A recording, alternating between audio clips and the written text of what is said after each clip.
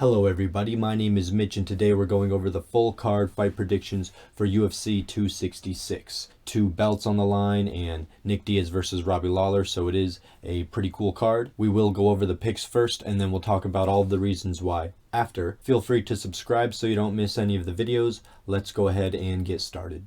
We have Omar Morales, Matt Semmelsberger, Euros Medic, Nick Maksimov, Manin Fiorot, Taylor Santos, Chris Dawkis, Dan Hooker, Merab Devasheli, Jessica Andrade, Curtis Blades, Nick Diaz, Valentina Shevchenko, and Alexander Volkanovsky. Those are the picks. Let's talk about the reasons why. Here are the odds for all of the fights for UFC 266. Feel free to pause or do whatever you need. Omar Morales versus Jonathan Pierce. I feel like this is going to be a great fight here. For Omar Morales, I feel like he is ultimately just a little more patient. I like that he's patient in there and he seems very cerebral, picks his shots. Everything seems to have a lot of purpose when I see him fight. Jonathan Pierce on the other end, in his last fight, he did a lot of really good things, a lot of really good offense, showed takedown attempts, whether he was just grabbing for the leg, just giving a bunch of different looks, very sound. And I noticed he trains with Fight Ready MMA, Henry Cejudo, a big name coming out of there for instance. He seems like quite a sound,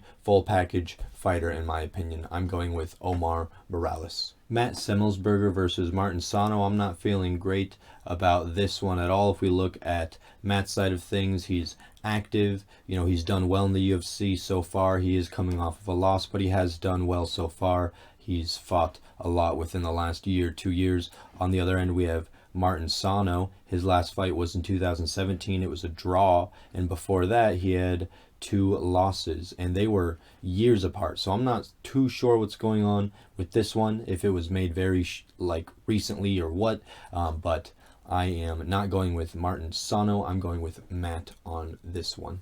Euros Medic versus Jalen Turner. For this one, ultimately, I'm just hopping on the bandwagon for Euros Medic. He's looked really good in his only fight in the UFC. His debut was pretty much a flawless fight. Otherwise, he's just getting his opponent out of there, finishing them in round 1, round 2 here in this one. Jalen Turner has looked very respectable in his own right, but Euros Medic just looks to be on a tear. I'm going with Euros Medic, hopping on the bandwagon. Nick Maksimov versus Carl Roberson. First of all, if you've got a Tapology photo next to Nate Diaz, that's already a plus for me. But all jokes aside, this guy seems like a submission specialist. I like that he competes in Submission Underground, stays active, always competing, things like that. Those are things that I feel like are bonuses for fighters going in, just to know that they're active and always training. For Carl Roberson, we see that all of his losses, actually, 4 of his 4 losses, are due to submission. With that being said, I feel like it's a good matchup for Nick Maksimov. I'm going with Nick Maksimov, probably by submission. Manin Fiorot versus Mayra Bueno Silva. If you look at Fiorot's side of things, her fights, she almost always has the better hands, it seems like. Very good striking. I do notice that she does get taken down almost kind of easily in some of her fights. One thing that's interesting is that she does fight with boxing squads, so you can imagine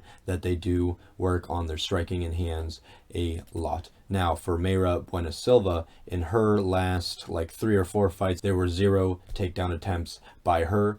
With that being said, if she plans on just standing up with Manin Fiorot, I feel like it's going to be a problem. I like Manin Fiorot to take this one. Who knows, she may even get a finish. She is coming off of 5.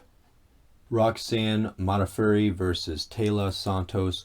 For Roxanne Modafferi, I feel like in her last fight against Vivian Araujo, you kind of see the blueprint to beat her, which is have takedown defense, be strong, and have better hands. I do think Taylor Santos will be able to complete that blueprint, if you will. I think she'll be able to mimic what Vivian did and also get a unanimous victory. I'm going with Taylor Santos with this one. Shamil Abdurakimov versus Chris Dawkis. Shamil, I think, looks pretty good when he fights in the octagon. Honestly, this fight against Marcin Tybura I feel like was especially impressive, but ultimately he is 40 years old. Father Time catches up to all of us. On top of it, it's hard to bet against Chris Dawkis and what he's been doing in the heavyweight division for the UFC so far, just kind of going through them.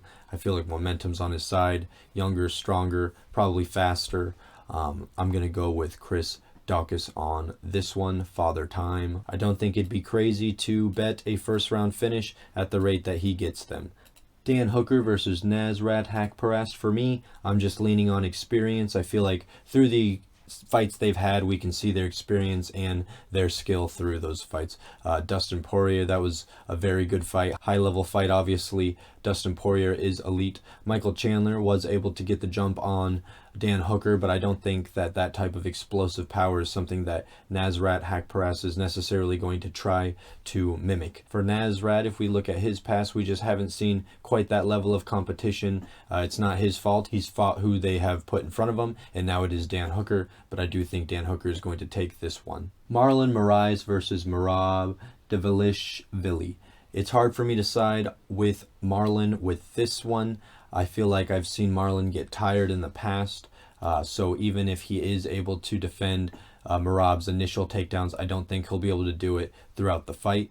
We have seen Merab complete takedowns and do it very aggressively, efficiency in his past fights, so we do expect that to happen. I can't imagine his game plan isn't to try to tire out Marlon quickly and often. I'm going with Merab Dvalishvili. Jessica Andrade versus Cynthia Calvillo. This is some easy MMA math here. We see Jessica Andrade gets a very good win over Caitlin Chookagian. Caitlin Chookagian beats Cynthia Calvillo right here, unanimous decision. So there's some MMA math. But aside from all of that, because we know MMA math doesn't work a lot of the times, I really feel like Jessica Andrade is just going to have such a power advantage in this one. It's going to be very notable in all of the exchanges. We know that Jessica Andrade likes to lean on her power, and I expect her to do that in this fight and for it to cause problems for Cynthia. I'm going with Jessica Andrade. Curtis Blades versus Jarzinio Rosenstroick. Essentially, I think that Curtis Blades' wrestling is too good. I don't think that Biggie Boy is going to find the KO that Francis Ngannou has been able to find, and also Derek Lewis against the wrestling Curtis Blades. I do think Curtis Blades is going to be able to complete his takedowns with ease with this one. I wouldn't be surprised if he does get a finish in the second or third round after completing some of those takedowns, but at any rate, I think that Curtis Blades is going to win this one, either by decision or a later finish. Lawler versus Diaz. What a fight in 2021. I can't believe we're going to be able to see this here in about a week. At any rate, we have Robbie Lawler here. I feel like one notable thing for Nick Diaz, of course, is that he hasn't fought in quite some time. Now, the one thing that is going to be helpful for is his chin. I feel like the less damage you take over time, it probably helps you to be able to absorb damage today or the next time you do fight. So I'm wondering if that break will actually help Nick Diaz in that regard. I really don't see Robbie Lawler knocking Nick Diaz out at the later age of near 40. So we've never seen him get knocked out really like that. I don't think Robbie Lawler is going to be doing it in this fight. So with that being said, I think that Nick Diaz is going to be able to use his cardio if it is there. That's kind of a big question mark, but I am expecting him to come in there with that trademark Diaz cardio, and we should see a clear advantage in the second and third round over it. I'm going with Nick Diaz to be able to outbox in the second and third rounds due to swift hands, but also having a better gas tank.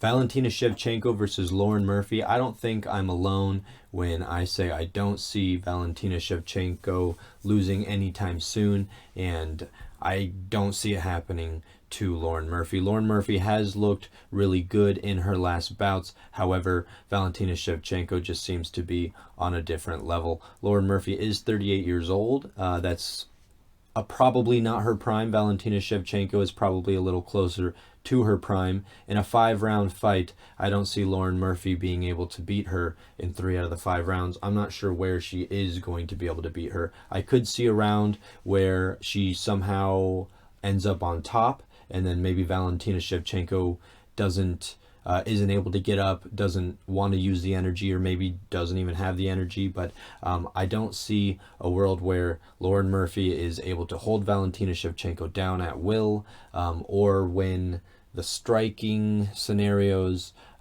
Perhaps Lauren Murphy will come in looking to clinch. We have seen Valentina Shevchenko resist that the least. She has been able to be held up into the fence to some extent, so maybe Lauren Murphy will look to pressure it that way. But I do see Valentina Shevchenko taking this fight.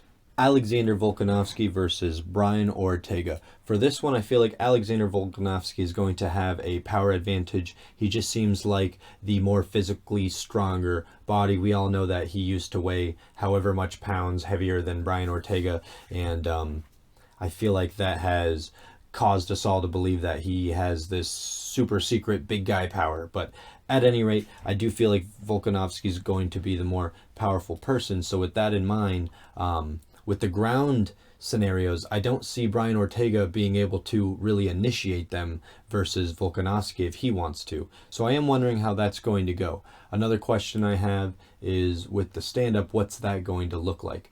Really, the only evidence I have is that Volkanovski was able to stand up with Max Holloway for the most part. Brian Ortega was not for the most part, so I kind of lean Volkanovski in that regard, but I know the MMA math may not check out. Their styles are completely different, and Brian Ortega looked like a completely new fighter, for instance, versus Korean Zombie, where he showed out in the striking department.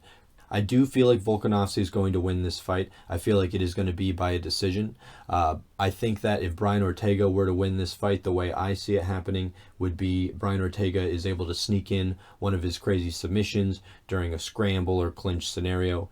But aside from that, I feel like Alexander Volkanovski is going to be able to handle this fight and win a decision. Thanks for watching the video. Please remember to like and subscribe. We'll see you guys Saturday. Peace.